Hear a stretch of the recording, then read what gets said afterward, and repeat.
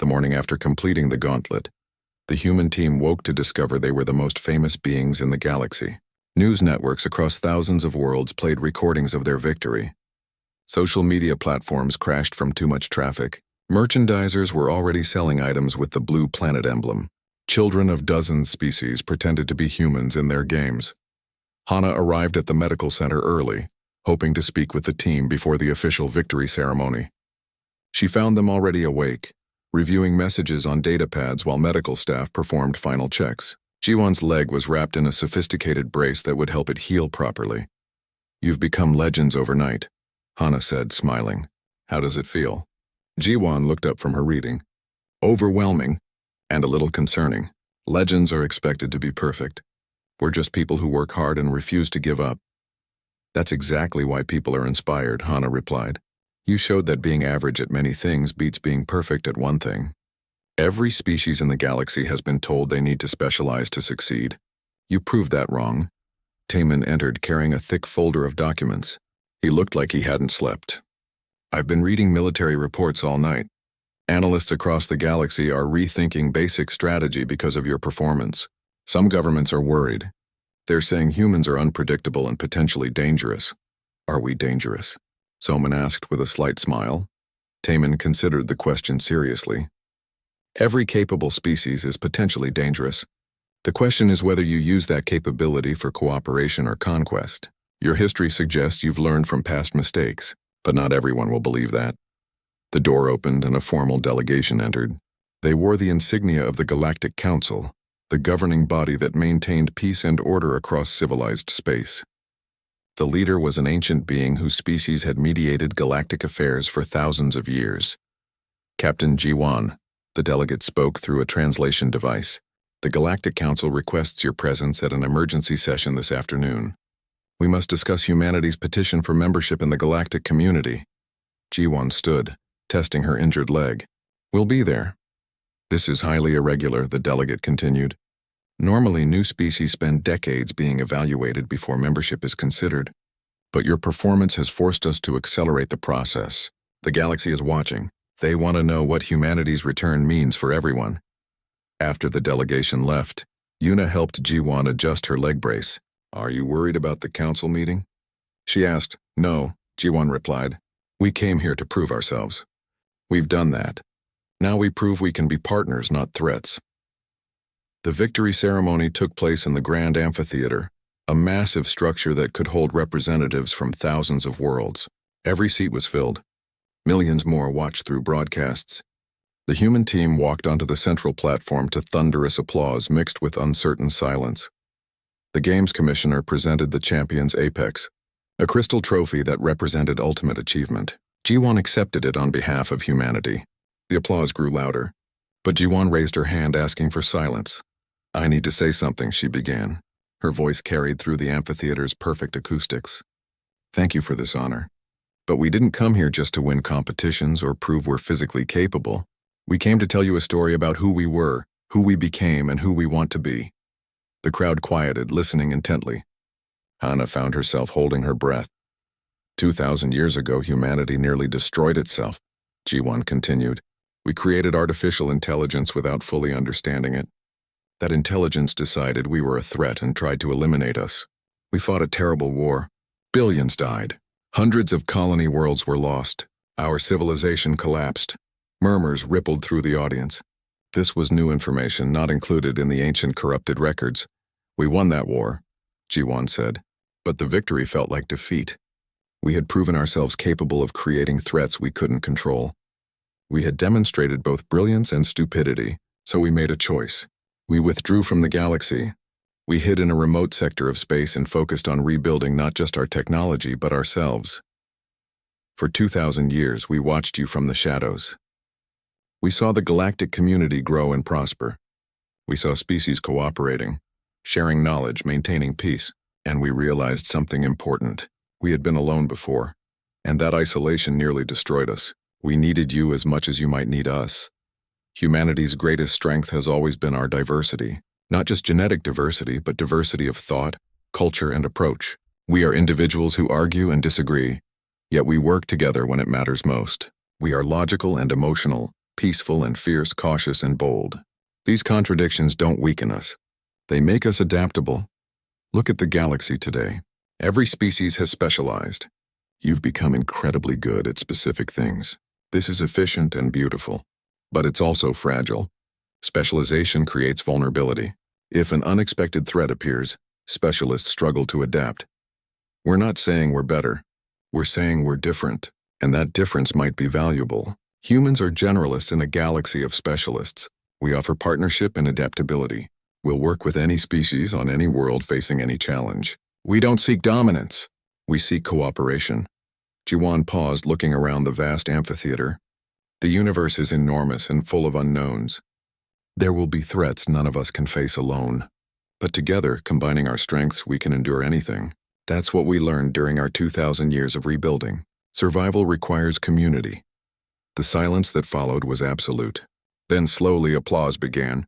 It started with a few individuals and grew into a wave that shook the entire amphitheater. Not everyone applauded. Some species remained uncertain or skeptical, but enough believed that Jiwan's words carried weight. The Galactic Council session that afternoon was tense. Council members questioned humanity about their military capabilities, technology, and intentions.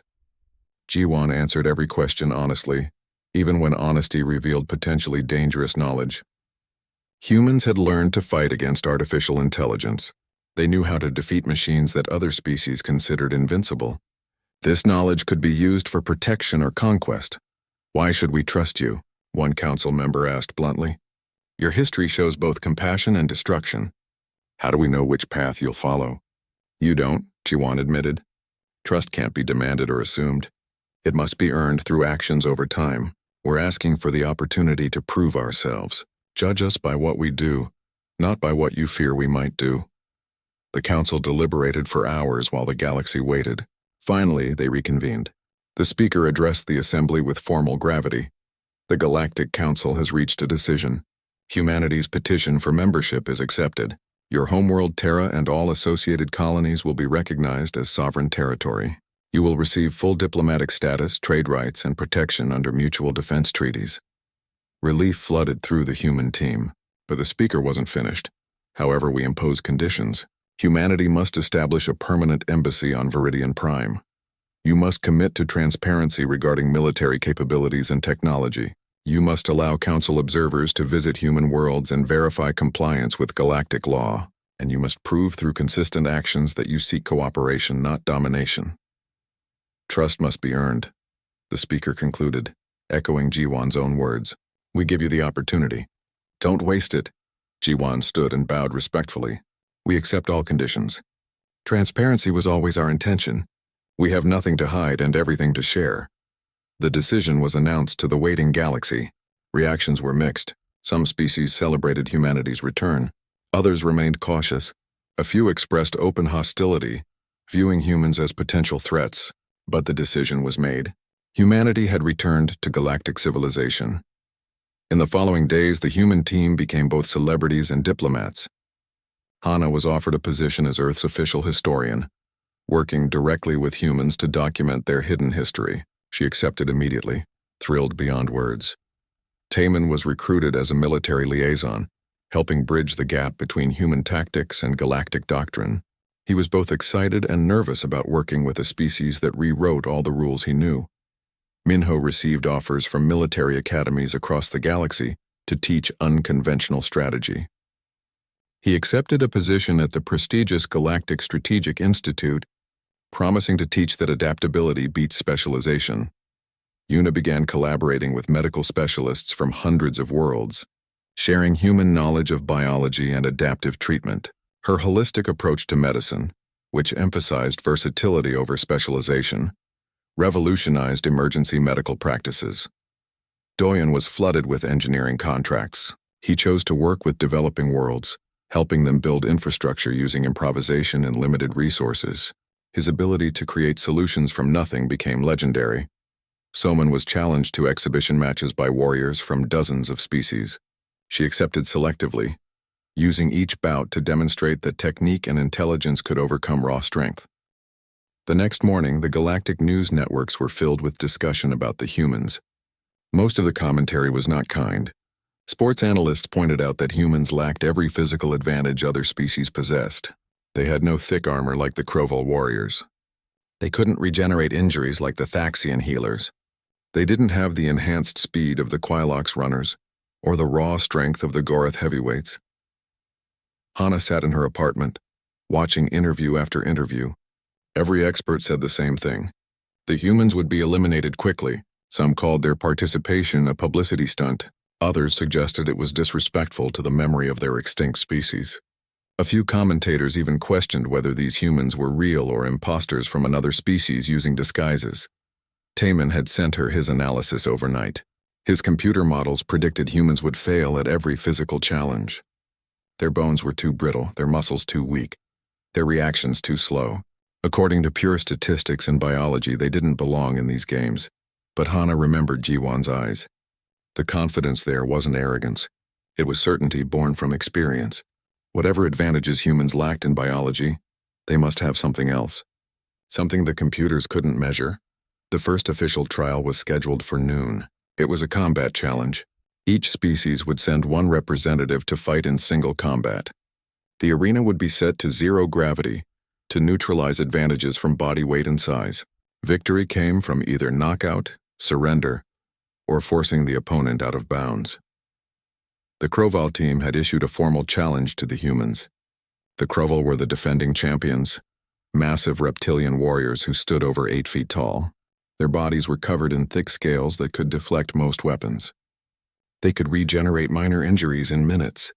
For 3 centuries, Kroval warriors had dominated combat sports across the galaxy. Their team leader, Vraxen, had made a public statement that morning. These humans are either very brave or very foolish. We will show them respect by defeating them quickly and cleanly. Let this be a lesson about the difference between myth and reality. Hana arrived at the stadium early. She met Taman at their usual observation spot.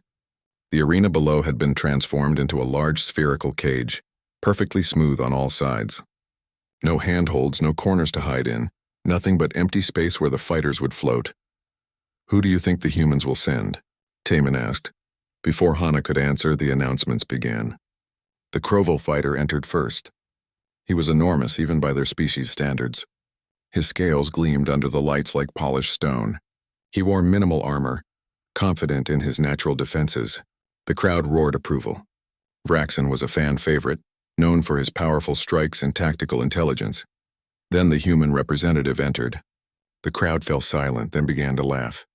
The human fighter was a woman who looked tiny compared to Vraxen. She stood barely over 5 feet tall. Her body appeared thin and fragile. She wore a simple combat suit with no armor at all. Her name appeared on the displays as Soman. Hana felt her stomach knot with worry. This seemed like a terrible mismatch. Soman was giving up at least 3 feet of reach and probably 200 pounds of muscle mass. If Vraxen landed even one solid hit, the fight would be over. Taman shook his head. "This is going to be ugly." The referee explained the rules. Both fighters would start at opposite ends of the sphere. At the signal, gravity would shut off and the combat would begin. The fight would continue until someone was knocked unconscious, surrendered, or was pushed outside the boundary sphere. Both fighters took their positions. Soman's face showed no fear, no doubt. She simply waited, breathing slowly and evenly. Vraxen crouched, ready to launch himself across the space at maximum speed. The signal sounded. Gravity disappeared. Vraxen pushed off with his powerful legs, crossing the distance in seconds. His massive fist drew back, preparing to end the fight with one devastating strike.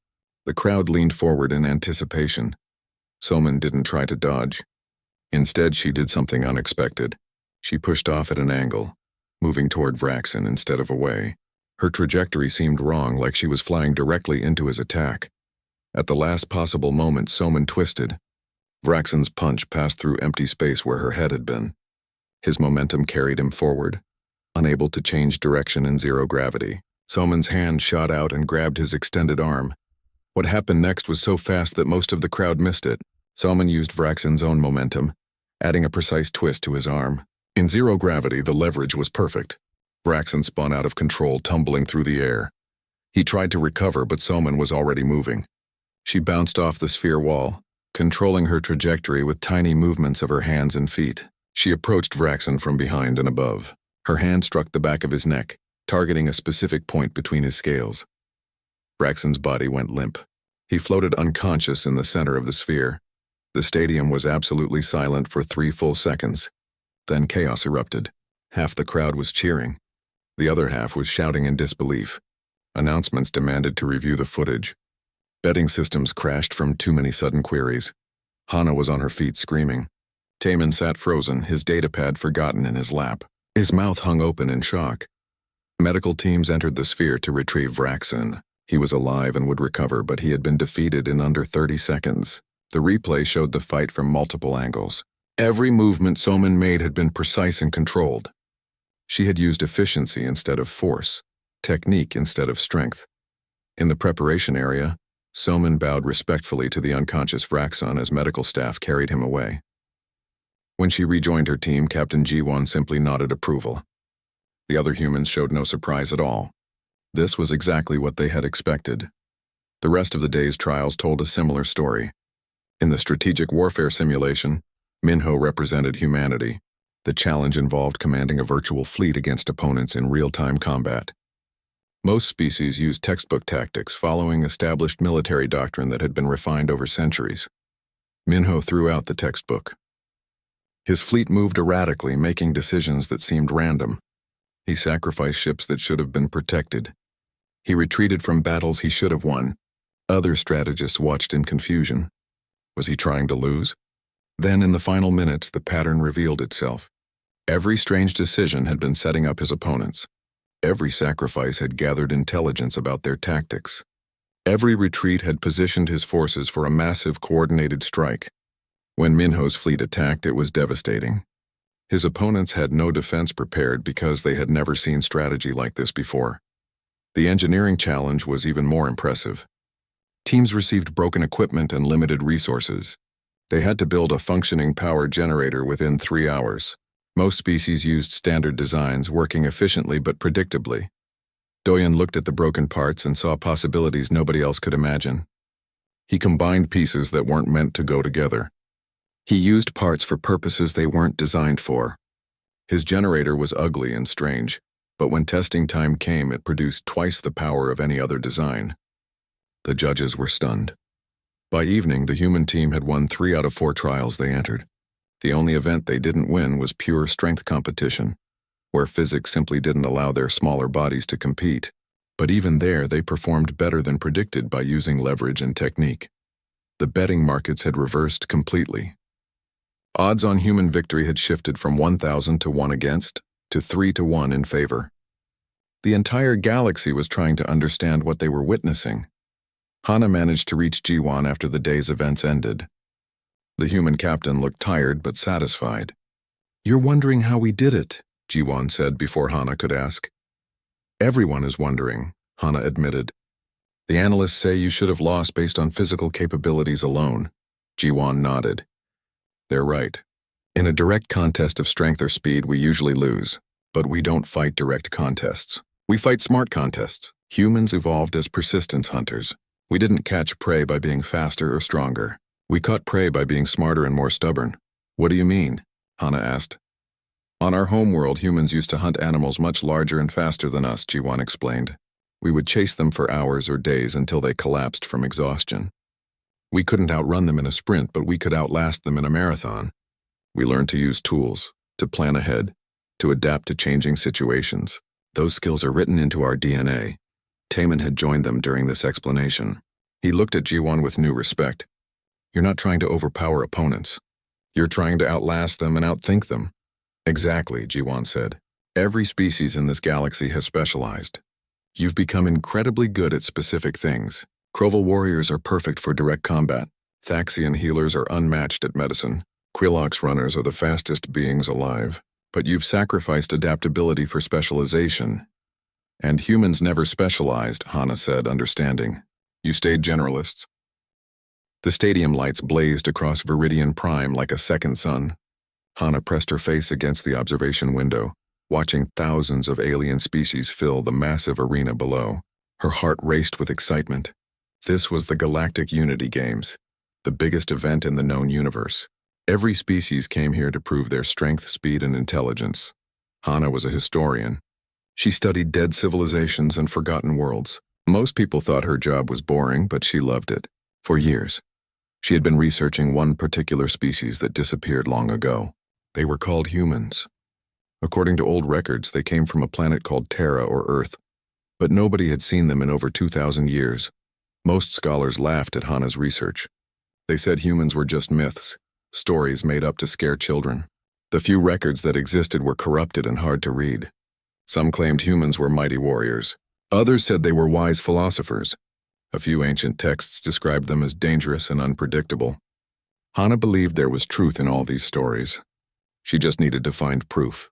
Her colleague Taman stood beside her, arms crossed. He was a military analyst who studied battle tactics and war strategies. Taman was practical and logical. He believed only in things he could see and measure. He thought Hana wasted her time studying ghosts. Still searching for your mythical humans? Taman asked with a slight smile.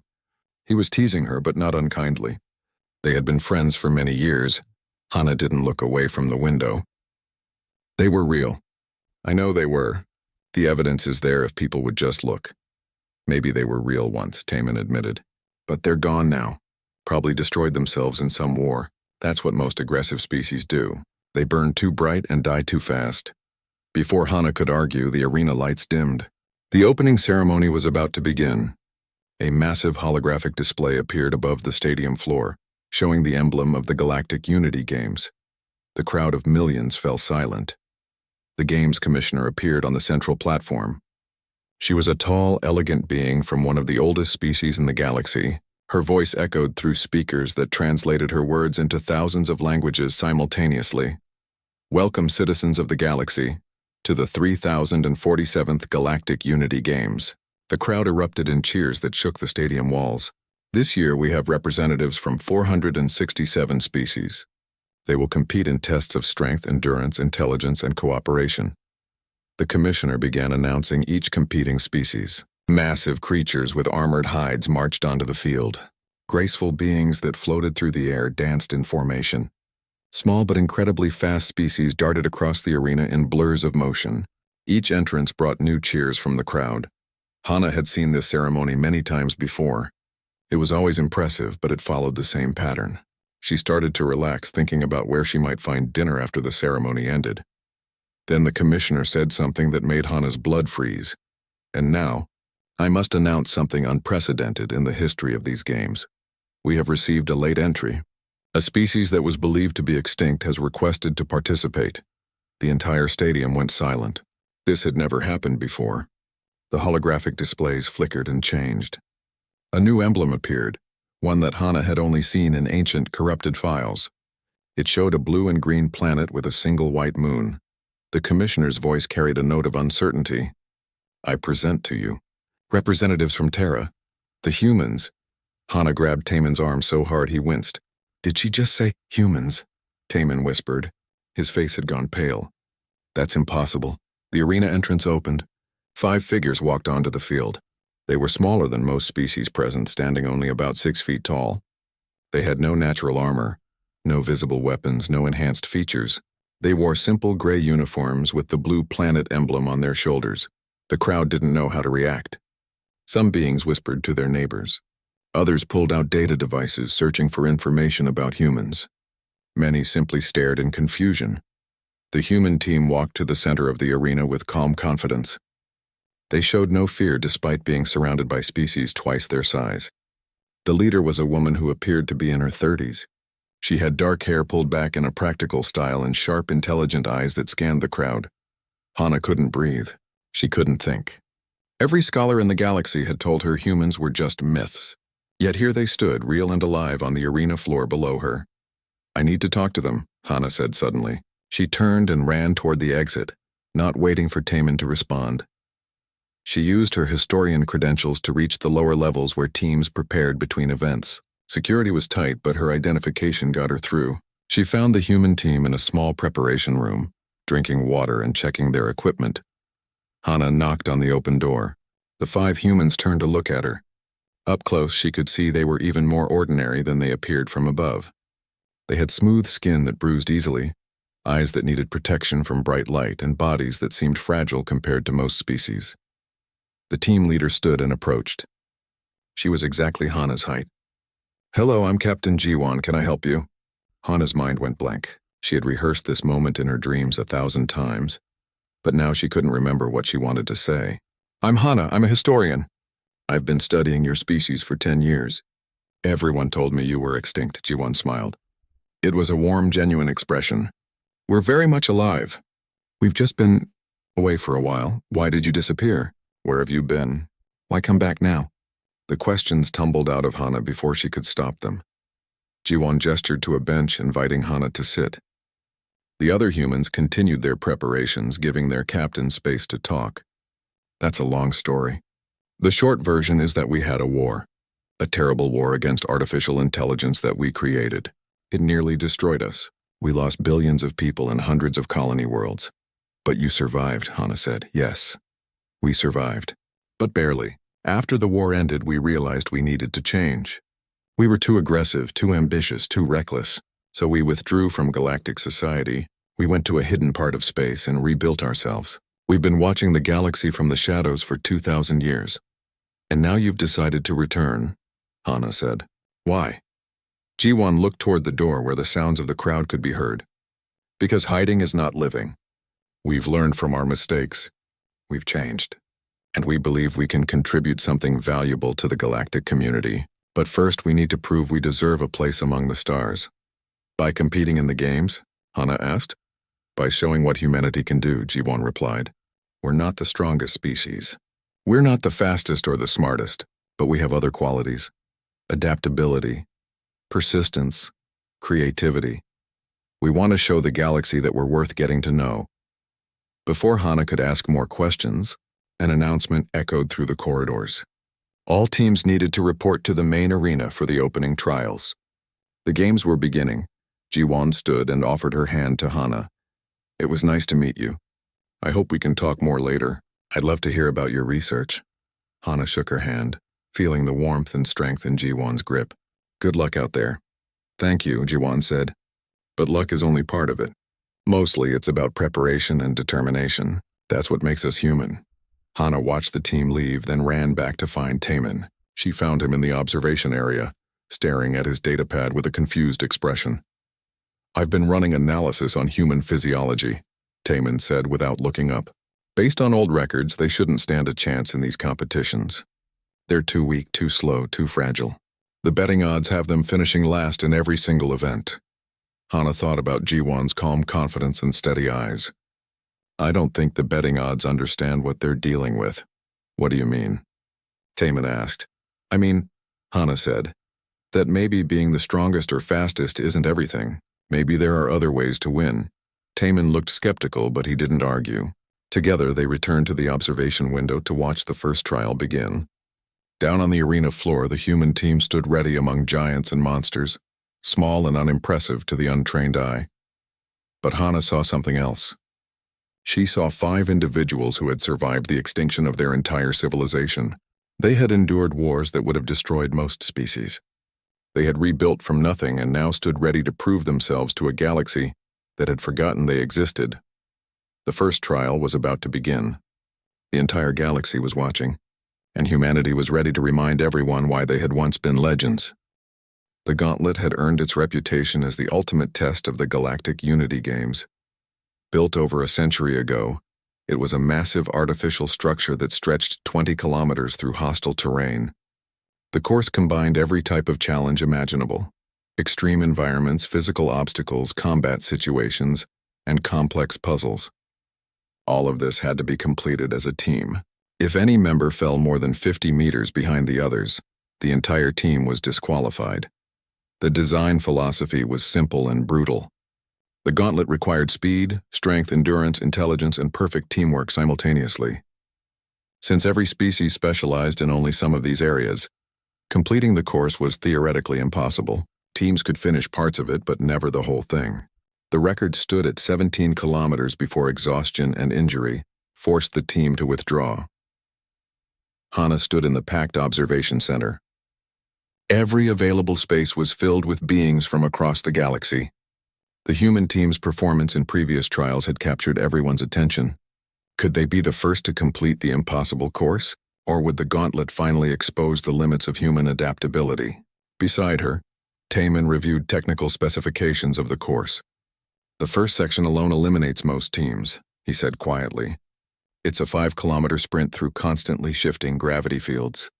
Large species can't adjust fast enough. Small species get thrown around like toys. But humans are medium-sized, Hana observed. Not too big, not too small. Exactly average, Taman agreed. Which means they're not optimized for this section, but they're also not severely disadvantaged. If they can maintain formation through the chaos, they might survive. 8 teams stood at the starting line. The Kroval team had recovered enough to compete, though Vraxon still moved stiffly from his endurance trial injuries. The Velkari team had repaired their cybernetics. 6 other top-performing species prepared themselves mentally for the challenge ahead. The human team looked small and unremarkable among the competitors. Jiwon gathered her people for a final meeting. Through the observation center's audio feed, Hana could hear their conversation. Remember the plan, Jiwon said calmly. We don't need to be the best at any single section. We just need to be good enough at every section. Pace yourselves. Support each other. Adapt to whatever the course throws at us. We've trained our whole lives for challenges exactly like this. We've got this, Soman said with quiet confidence. The others nodded agreement. The starting signal sounded. All 8 teams surged forward into the first section. Immediately, gravity began fluctuating wildly. One moment normal, the next moment crushing pressure, then sudden weightlessness. The massive Kroval warriors stumbled, their size making balance difficult. Several smaller species were thrown against walls. The human team moved in tight formation. Minho called out patterns he detected in the gravity shifts. High in 3, 2, 1, now! They jumped together, using the reduced gravity to cover ground quickly. Normal gravity returning, brace. They landed in controlled crouches, absorbing impact efficiently. By the end of the first kilometer, 2 teams had already been disqualified. One lost members to injury. Another couldn't maintain formation as team members were scattered by the violent gravity changes.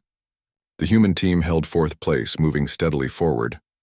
The second section was a vertical climb up a shaft with retractable handholds and jets of superheated steam that blasted randomly. This favored strong species with heat resistance. The Kroval team excelled here, using their natural armor and regeneration to push through pain. The Velkari's cybernetics calculated safe paths through the steam patterns. The human team struggled initially. Steam burns left marks on exposed skin. Doyen's hand slipped and he nearly fell before Somin grabbed him. But then Doyen noticed something. The steam jets followed a pattern, mechanical, not random. He called out the timing, and Yuna added medical knowledge about breathing techniques to minimize heat damage. They climbed slower than leaders, but maintained position. More importantly, they emerged with energy reserves intact while other teams were exhausted from fighting through obstacles with brute force. The third section was where most teams failed completely. It was a toxic maze filled with gas that slowly degraded physical capabilities and mental functions. To escape, teams had to solve increasingly complex puzzles while their bodies and minds deteriorated. The maze was designed to separate species who were intelligent from those who were strong, on the assumption that no species excelled at both. The Kroval team entered the maze confidently, but soon became lost. Their warrior culture emphasized physical prowess over abstract problem-solving. As the toxic gas affected them, they became confused and disoriented. Within 30 minutes, they withdrew, unable to continue. The Velkari team's cybernetic processors handled calculations quickly, but the gas began corroding their organic components. They raced against their own system failures, solving puzzles rapidly but growing weaker with each step. The human team approached methodically. Each member contributed different knowledge. Minho handled tactical and spatial puzzles. Yuna solved biological equations and medical riddles. Toyun cracked engineering problems. Somin maintained security and physical support. Jiwon coordinated everything, distributing mental load across all 5 minds. This was humanity's greatest advantage revealed. They didn't need one genius capable of solving everything. They had 5 capable minds working together, each contributing their strengths while others covered weaknesses. As the toxic gas degraded their individual capabilities, the team structure maintained overall effectiveness. They emerged from the maze in first place, just ahead of the struggling Valkyrie team. 5 of the original 8 teams had been eliminated. Only 3 remained: humans, Valkyrie, and one other species that was falling rapidly behind. The 4th section broke the Valkyrie team. It was a brutal 10-kilometer endurance run through extreme cold, thin atmosphere and increased gravity. The accumulated damage to their organic components from earlier sections caught up to them. Their cybernetics couldn't compensate anymore. One by one, they collapsed. The team fell apart just 2 kilometers into the section. The human team was now alone in the gauntlet. They had outlasted everyone else. But completing the course was a different challenge than defeating opponents. This was humanity versus the impossible itself. The cold burned their lungs. The thin air made every breath inadequate. The heavy gravity turned each step into an ordeal. But humans had evolved as endurance specialists. Their ancestors had chased prey across African plains under blazing sun. They had crossed frozen tundra during ice ages. That evolutionary history lived in their genes. Jiwan's legs trembled with exhaustion. Yuna's hands were numb from cold. Minho's vision blurred from oxygen deprivation. Doyen's muscles screamed with fatigue. Salmon's enhanced combat conditioning kept her moving, but even she was reaching her limits. They didn't talk anymore. They didn't have breath to waste. They simply moved forward, one step after another, refusing to stop. Every human carried forward the memory of ancestors who had survived impossibilities. They carried the weight of 2,000 years of rebuilding from near extinction. They carried the hopes of proving humanity deserved its place among the stars. 8 kilometers passed. 9 kilometers. The extraction point lay just ahead. Then Jiwan's leg gave out. An injury from the climbing section, hidden and ignored, finally failed. She collapsed onto the frozen ground, unable to stand. The team stopped immediately. By the rules, if Jiwan couldn't continue, they all failed. They could leave her and finish, but that wasn't humanity's way. They survived together or not at all. Soman and Minho didn't hesitate. They positioned themselves on either side of Jiwan, lifting her arms over their shoulders. Doyen took point, using his remaining strength to clear the path. Yuna supported from behind, monitoring Jiwan's vitals and ensuring she didn't pass out. They moved forward together, slower now, but together. 20 meters from the finish line, 15 meters, 10 meters. Jiwan tried to stand on her own, not wanting her team to suffer for her injury, but they held her tight 5 meters. The toxic gas from Section 3 still affected their thinking. The cold numbed their bodies. The thin air starved their brains. But they were so close, so impossibly close. They crossed the finish line as one, collapsing in an exhausted pile of humanity. For several seconds, nothing happened. Then alarms began sounding throughout the facility. Not failure alarms. Victory alarms. Alert systems that hadn't activated in over a century suddenly blared to life. Medical teams rushed in. Yuna, despite her own exhaustion, insisted on helping treat her teammates first. Someone laughed, a sound of pure relief and triumph. Minho closed his eyes, too tired to move. Doyen just breathed, grateful to be alive. Jiwan held them all, tears streaming down her face. They had done it. Against all probability, against every expert prediction, against the accumulated assumptions of 1,000 species, humanity had completed the gauntlet. In the observation center, Hana was crying and cheering simultaneously. Taman sat in stunned silence, his analytical mind trying to process what he'd witnessed. Around them, the crowd erupted in noise. Some cheered wildly.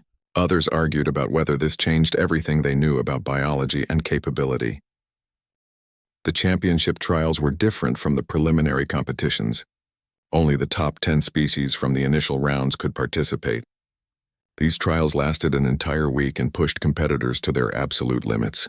The challenges were designed to break even the strongest, smartest, and fastest beings in the galaxy. In over a century, no species had ever achieved perfect scores across all trials. The human team had qualified in 9th place. They had won some events through clever tactics, but their physical limitations kept them from dominating. Many experts still predicted they would finish near the bottom of the championship rounds. Being smart and adaptable was useful, but at this level, every species was exceptional. The competition would reveal humanity's true capabilities. The first championship trial was the Scorian Endurance Run. Competitors had to cross the hostile moon of Scorian 7, a journey of over 300 kilometers. The moon's environment was brutal. Daytime temperatures reached 120 degrees Celsius. Nighttime dropped to negative 180. The atmosphere was thin enough that most species needed breathing assistance. The terrain included acid lakes, magnetic fields that disrupted electronic equipment, and constant dust storms. Teams could carry minimal supplies. They had 3 days to reach the finish line. Medical teams stood ready to extract anyone who collapsed or requested rescue. In past games, less than half of the starting teams typically finished this trial. Hana stood in the observation center with Taman and dozens of other analysts. Massive screens showed feeds from drones following each team. The Kroval team, still angry about their preliminary loss, took an aggressive early lead. They pushed through the heat with their natural regeneration abilities healing damage almost as fast as it occurred.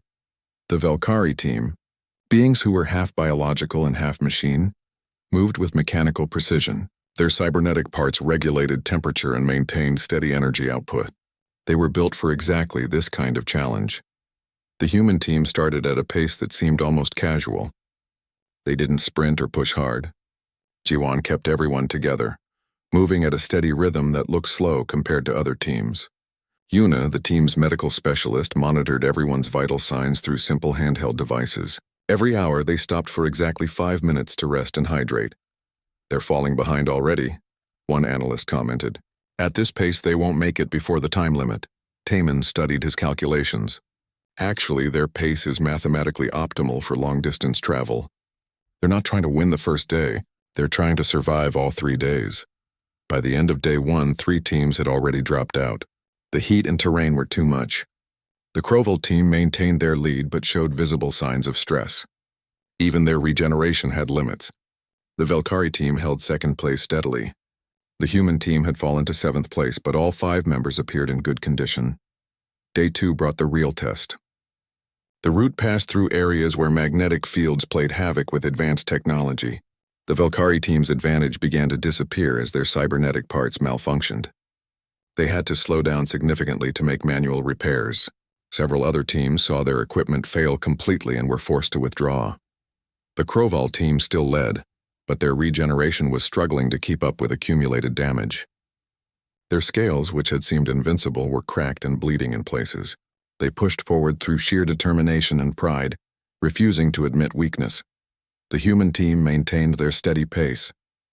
When magnetic fields disrupted their electronic equipment, Doyen improvised repairs using basic materials. When the terrain became difficult, they worked together to help each other through obstacles. They rationed their supplies perfectly, using exactly what they needed and saving resources for emergencies. How are they managing this? Hana wondered aloud. They don't have regeneration. They don't have cybernetic enhancements. Their bodies should be breaking down. Look at their movement patterns, Taman said, pointing at the screen. They're rotating tasks. One person scouts ahead while others rest. They share the burden constantly. And see how they walk? Every step is efficient. No wasted energy. An older analyst nearby overheard them. I've studied ancient human history. Their ancestors used to hunt animals by chasing them until the prey collapsed from exhaustion. Humans evolved to run long distances in extreme heat. Their bodies sweat to cool down, which is rare among species. They're built for endurance. By the end of day 2, only 4 teams remained in the race. The Kroval team clung to first place, but they were clearly suffering. The Valkyrie team had fallen to 3rd as their cybernetics continued failing. The human team had moved up to 2nd place and showed no signs of slowing down.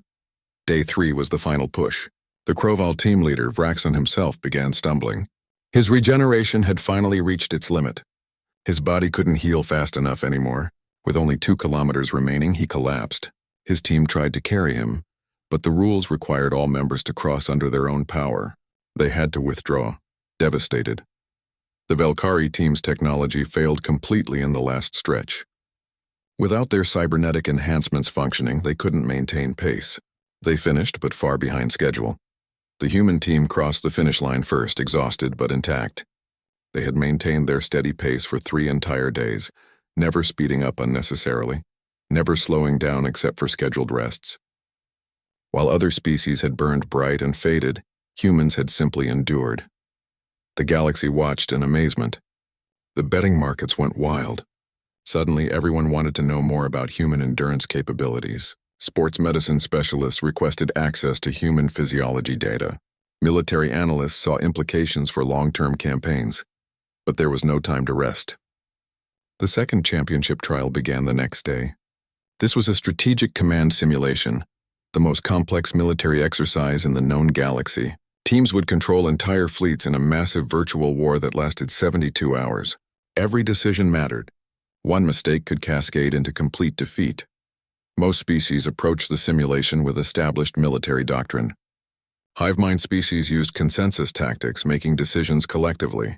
Warrior species favored aggressive, direct assaults. Merchant species treated warfare like economic competition, focusing on resource management. Minho commanded the human fleet. For the first 2 days, he appeared to be losing badly. His fleet was scattered, his defenses were weak, and he kept making decisions that seemed illogical. He would abandon strategic positions for no apparent reason. He would sacrifice valuable ships to save smaller ones. His supply lines were chaotic and unpredictable. Other commanders watched with confusion and growing confidence. The humans were supposed to be clever strategists, but Minho seemed incompetent. Several species started making bets on how quickly humanity would be eliminated from the simulation. Taemin studied Minho's moves carefully. "Something's not right," he told Hana. "These mistakes are too obvious." Minho won his preliminary trial with brilliant strategy. He wouldn't suddenly become stupid. "Then what's he doing?" Hana asked. I think he's losing on purpose." "But why?" The answer came on the final day. Minho's seemingly scattered fleet positions revealed themselves as carefully prepared ambush points. His abandoned positions had all been bait, drawing opponents into disadvantageous terrain. His chaotic supply lines had actually been gathering intelligence about enemy movements. His sacrifice of valuable ships had been testing how different species responded under pressure. When Minho launched his final assault, it was perfectly coordinated. He attacked each opponent's specific weakness simultaneously. The hive mind species couldn't adapt fast enough to his chaotic tactics. Warrior species fell into his traps because they valued honor over caution. Merchant species couldn't calculate responses to his economically illogical moves. Within 6 hours, Minho had achieved total victory. His opponents sat in stunned silence as the simulation ended. The judges reviewed the recordings 3 times to understand what had happened. Minho had essentially played chess while everyone else played checkers. The military implications were staggering. Taemin immediately began writing reports for his superiors. If humanity fought wars this way, conventional military doctrine might be useless against them. They didn't just think outside the box. They denied that boxes existed. The third championship trial was a survival challenge. Teams were dropped on an uninhabited planet with minimal equipment. They had 5 days to reach an extraction point 300 kilometers away. The planet had dangerous wildlife, poisonous plants, extreme weather, and no intelligent life to provide assistance. This trial should have favored species with natural survival advantages. The Kroval had thick armor against predators. The Velkari could go days without eating. Several species had natural abilities to detect poisons or predict weather patterns. Humans had none of these advantages. They were vulnerable to predators, needed regular food and water, and had no special senses. But they had something else, something that became apparent within hours of the trial starting. Doyun immediately began crafting tools from materials around him. Within an hour, he had made a basic knife, a water container, and a fire-starting kit.